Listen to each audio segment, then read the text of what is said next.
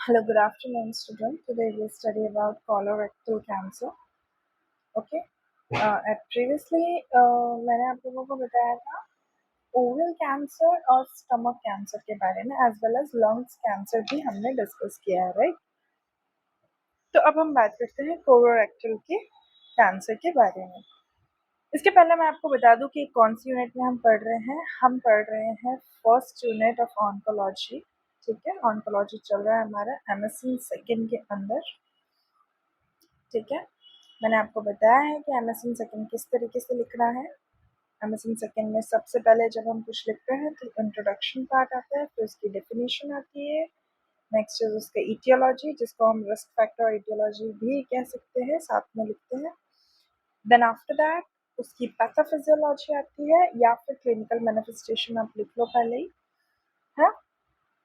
फिर पैथोफिजियोलॉजी के बाद क्लिनिकल मैनिफेस्टेशन आता है, मतलब उसके सिम्टम्स क्या है। उसके बाद जो ये पैथोफिजियोलॉजी जो वर्ड है, पहले मैं इसको एक्सप्लेन कर देती हूँ कि ड्यूरिंग दी डिजीज कंडीशन ये कैसे अकर हुआ, ये कहाँ से आया, कितना फैला, क्या क्या चीज़ें हैं, ये सब चीज़ें हम पैथोफिजियोलॉजी में लिखते हैं, राइट? पैथोफिजियोलॉजी के बाद हम किसको कवर करते हैं, क्लिनिकल मैनिफेस्टेशन को, जिसको हम साइन एंड सिम्टम्स भी कहते हैं। नेक्स्ट इज इन्वेस्टिगेशन या फिर डायग्नोसिस कह लो, डायग्नोसिस कहते हैं, डायग्नोस्टिक वैल्यूएशन कह लो उसको। Next is management. After that हम इसके बाद क्या करते हैं, मैनेजमेंट करते हैं। मैनेजमेंट को हमने 3 तरीके से डिवाइड किया है। पहला होता है मेडिकल, दूसरा होता है सर्जिकल, तीसरा होता है नर्सिंग। ठीक है, मेडिकल है तो सिम्टोमेटिक ट्रीटमेंट होगा। सर्जिकल है ना, तो सर्जरी रिलेटेड हमारे पोस्ट, प्री और इंट्रा तीनों ही लिखना पड़ता है, लेकिन वैसे तो हम जनरली पोस्ट और प्री लिखते हैं। ठीक है, प्री पोस्ट ही मैनेजमेंट लिखते हैं। उसके बाद आता है नर्सिंग मैनेजमेंट। नर्सिंग मैनेजमेंट में हमको यही जो केयर्स दी है हमने, इंट्रा ऑपरेटिव, पोस्ट ऑपरेटिव, ये लिखना पड़ता है। सर्जरी में सर्जरी रिलेटेड जो इसके डायग्नोसिस होंगे वो करेंगे। ठीक है, तो इस तरीके से मेडिकल सर्जिकल लिखा जाता है। तो आइए हम जानते हैं आज कोलोरेक्टल कैंसर के बारे में। So here cancer that originate in the colon or rectum may be called as colon cancer. ऐसा कैंसर जो कि कॉलॉन में या फिर रेक्टम में हुआ है उसको हम क्या कहते हैं, कॉलॉन कैंसर कहते हैं। अब कॉलॉन यहाँ पे क्या है, लार्ज इंटेस्टाइन के बारे में बात हो रही है। ठीक है, ठीक है, कॉलॉन कैंसर या फिर लार्ज बाउल कैंसर भी कहा जा सकता है, या फिर रेक्टल कैंसर या फिर कोलोरेक्टल कैंसर कहा जा सकता है।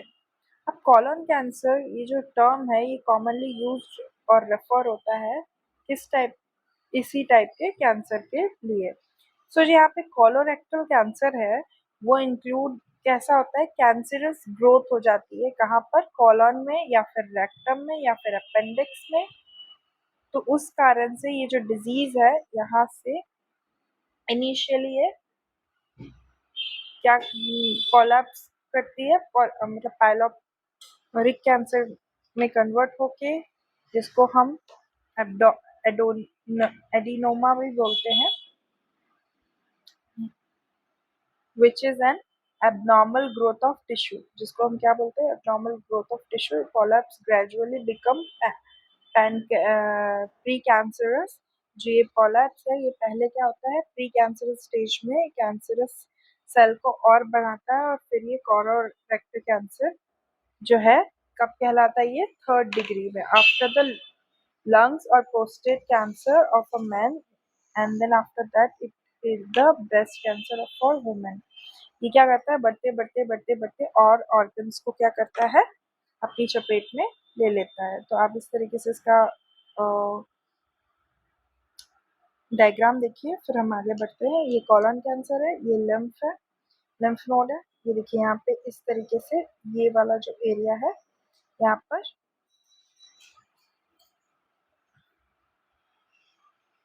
इस एरिया में आपको दिख रहा होगा।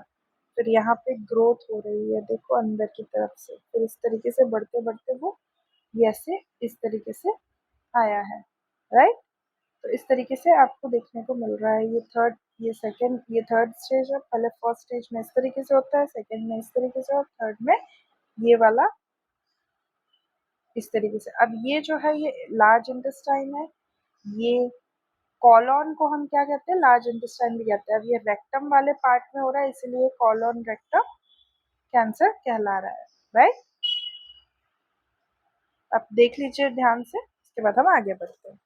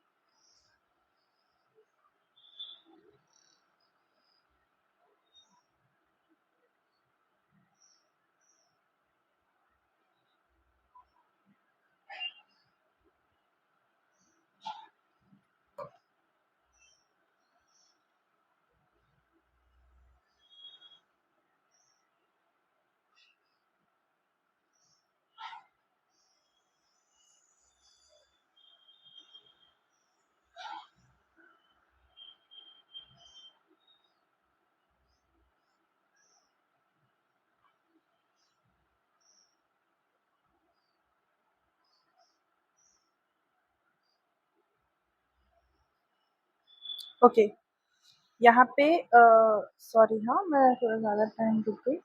हाँ, फिर अपन बात करते हैं यहाँ पे कॉज एंड इसके रिस्क फैक्टर के बारे में।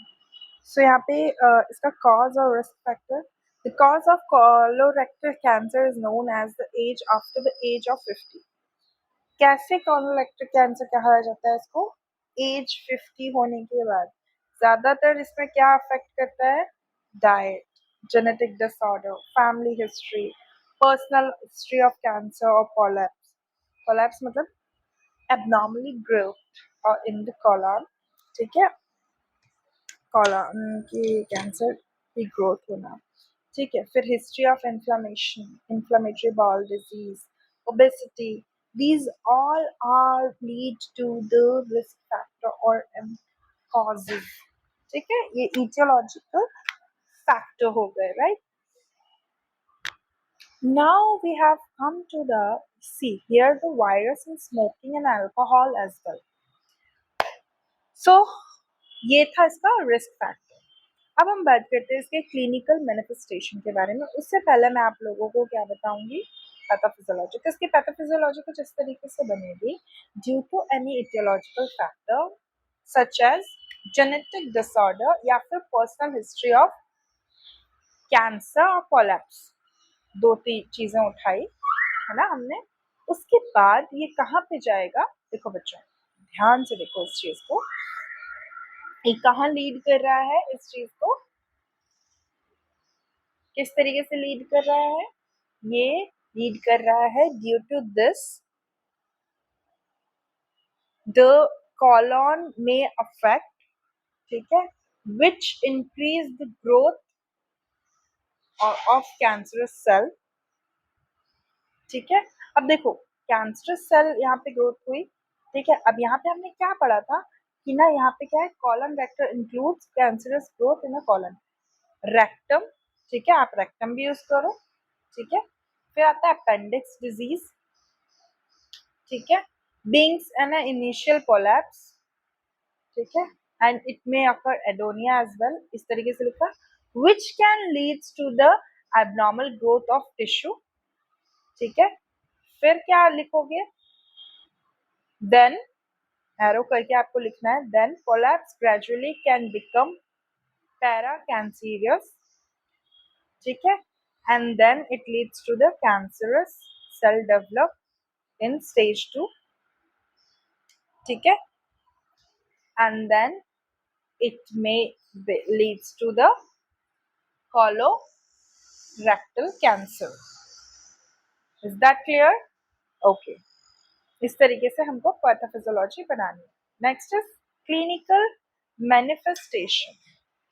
तो यहाँ पे क्लिनिकल मैनिफेस्टेशन किस तरीके से है, symptoms of colon cancer are numerous and non specific, they include fatigue, weak, restlessness, shortness of breath. यहाँ पे देखो सिम्टम्स बता रहे हैं, क्या क्या हो रहा है उसको, फटीग हो रहा है, वीकनेस लग रही है, शॉर्टनेस ऑफ ब्रीथ हो रहा है, मतलब सांस लेने में दिक्कत हो रही है, बॉवल हैबिट में चेंज हो रहा है, स्मॉल और कैब्रल मतलब नैरो हो रहा है, रिबन लाइक स्टूल हो रहे हैं उसके, डायरिया, कॉन्स्टिपेशन, रेड और dark blood in stool, internal bleeding की वजह से।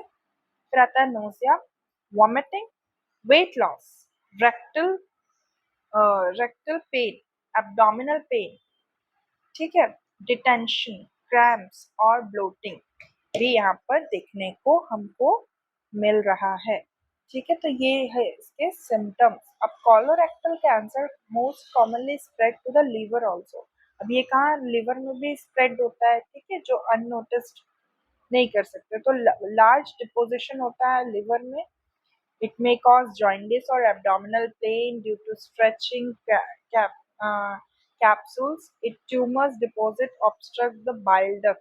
ये क्या करेगा, ट्यूमर जो है ऑब्स्ट्रक्ट करेगा बाइल डक्ट को, जिससे कि जॉइंडिस होने के चांसेस बढ़ जाते हैं, ठीक है। बाइलरी ऑब्स्ट्रक्शन जिसको कहते हैं, इसमें पेल स्टूल होंगे, एकदम येलोइश स्टूल होने के चांसेस होते हैं। तो इस तरीके से इसके क्लिनिकल मैनिफेस्टेशन। अब बात करते हैं इसके मैनेजमेंट के बारे में। तो जब हम इसके मैनेजमेंट के बारे में बात कर रहे हैं, तो आप सब देखिए यहाँ पे कि इसके मैनेजमेंट किस तरीके से है, क्योंकि ये मेडिसिनल हेल्प से ठीक नहीं होगा, ठीक है। तो हम यहाँ पे मेडिकल मैनेजमेंट स्किप कर रहे हैं, पर अगर हम बात करें मेडिकल मैनेजमेंट की, तो यहाँ पर क्या हो रहा है, मेडिकल मैनेजमेंट में क्या हो रहा है, यहाँ पे जो इसके सिम्टम्स है, जैसे कि इसको फटीग हो रहा है, वीकनेस हो रही है, शॉर्टनेस ऑफ ब्रीथ हो रहा है ना, चेंजेस जो अकर हो रहे हैं, ये सारे के सारे किसमें देखने को मिलते हैं हमको, ये सिम्टम्स में देखने को मिल रहा है ना। तो हम क्या कर रहे हैं यहाँ पे, मेडिकल मैनेजमेंट से उसके सिम्टोमेटिक ट्रीटमेंट को हील कर सकते हैं। बात करते हैं इसके मैनेजमेंट की प्रॉपर जो है सर्जिकल के बारे में। तो यहाँ पे सर्जरी क्या है, surgery for colorectal cancer, surgery is the treatment of choice for colorectal cancer radical bowel resection, also called partial colectomy, जिसको हम पार्शियल कोलेक्टोमी बोल सकते हैं, हेमिलेक्टोमी बोल सकते हैं, that is use to 80 to 90% of colorectal cancer in patient. जो colorectomy है और जो हेमिलेक्टोमी है, ये क्या है, ये कैसे डील करेगा, 80 to 90% of the patient will healed by the कोलोरेक्टोमी, ठीक है, इसकी वजह से ये हील हो जाता है, ठीक है। बाकी जो 10% अगर लिवर में भी हुआ है तो फिर दिक्कत करेगा, बहुत प्रॉब्लमेटिक हो सकता है ना। इस तरीके से इसका जो इफेक्ट है वो इस तरीके से पड़ेगा। नेक्स्ट हम बात करते हैं यहाँ पे आगे, दिस प्रोसीजर में perform through the large incision. ये क्या है, लार्ज इंसिजन की वजह से, मतलब लार्ज इंसिजन करना, ये प्रोसीजर बहुत बड़ा है, जिसमें एब्डोमेन ओपन करना पड़ेगा, ये एक ओपन सर्जरी है ना, और स्मॉल इंसिजन लेप्रोस्कोपी सर्जरी से ही होगा। Next is chemotherapy for colorectal cancer. Chemotherapy में it is often used first line treatment for metastatic colorectal cancer to destroy cancer. अब यहाँ पे फर्स्ट लाइन ड्रग यूज करनी पड़ेगी, ठीक है, जिसका मेटास्टाइट मतलब स्प्रेड नहीं हो सके, तो इसको हमको डिस्ट्रॉय करने के लिए कोलोरेक्टल कैंसर के लिए मेटास्टैटिक ड्रग्स हमको यूज करनी पड़ेगी कीमोथेरेपी की. नेक्स्ट अगर हम बात करें तो यहाँ पे आता है immunotherapy. Immunotherapy for colorectal cancer, जैसे कि यूज हो सकता है ट्रीट करने के लिए किसको, कोलोरेक्टल कैंसर को, include bacilli Calmette during BCG और एग्रामिसोल. ये हमको इम्यूनोथेरेपी मतलब ये हमारे इम्यून सिस्टम को बूस्ट करेगा, क्योंकि कैंसर क्या कर रहा है, हमारे इम्यून सिस्टम को उसने क्या कर दिया है, खराब किया है, राइट. तो हमारे इम्यून सिस्टम को बूस्ट करेगा इसी तरीके से, ठीक है, बीसीजी वगैरह ऐड ऑन करके. Okay okay, then radiation therapy. यहाँ पे पढ़ लेती हूँ, देखो पहले यहाँ से पढ़ते हैं हम सर्जरी से. For surgery for colorectal cancer, surgery is the treatment of choice for colorectal cancer. Radical bowel resection, also called partial colectomy and hemilectomy, is used to treat 80 to 90% for colorectal cancer patient. This procedure may be performed through a large incision in the abdomen, open surgery, और through several small incision, जिससे laparoscopy भी कहते हैं. Next is chemotherapy for colorectal cancer. यहाँ पे क्या हो रहा है, chemotherapy is use to as an first line treatment, है ना. ये मेटास्टैटिक कोलोरेक्टल कैंसर को डिस्ट्रॉय करने के लिए होती है. कैंसर सेल हैव मेटासाइज्ड और स्प्रेड, ये क्या करेगी, स्मॉल कर देगी. Next is immunotherapy for colorectal cancer. Immunotherapy agents that may be used to treat colorectal cancer. यहाँ पे जैसे immunotherapy देंगे, जैसे BCG को देंगे, है ना, ये मैंने बताया आपको अभी. फिर आता है रेडिएशन थेरेपी. रेडिएशन थेरेपी में श्रिंकनाइज मतलब स्मॉल हो जाते हैं, श्रिंक हो जाते हैं जहाँ जिस एरिया में हमने रेडिएशन किया है. ओके, तो यहाँ पे क्या हो रहा है, एक्सटर्नल बीम रेडिएशन में be used in addition to the surgery to treat colorectal cancer. It also may used to relieve the symptoms. ठीक है. सो यहाँ पे बात करते हैं इसके प्रिवेंशन के बारे में. प्रिवेंशन क्या है इसका? The most effective prevention of colon cancer is early detection and removal of pancreases, colon polyps before they turn cancerous, regular screening, genetic counseling and testing, lifestyle and nutrition, quit smoking, take an aspiration of the baby. Okay, so you can read this. I'll just join. Wait a minute. Just a second.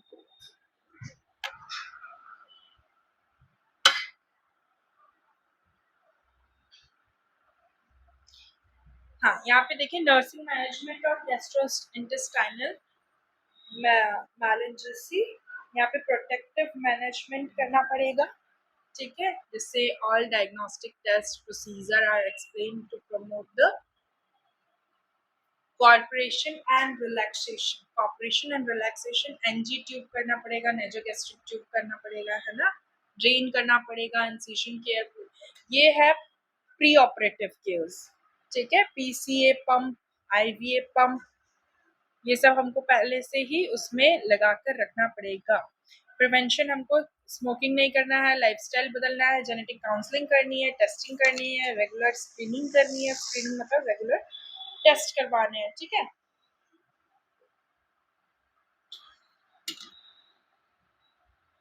Next is post operative complication are thought, including coughing, turning to or deep breathing using a incentive spirometer, splitting the incision. इस तरीके से हमको इसको manage करना है। Next हम बात करते हैं प्रमोटिंग पल्मोनरी वेंटिलेशन। आप ये रीड करिएगा, ये आप फर्स्ट वाला रीड करिए। अगर आप लोगों को कोई डाउट है तो प्लीज यू कैन आस्क।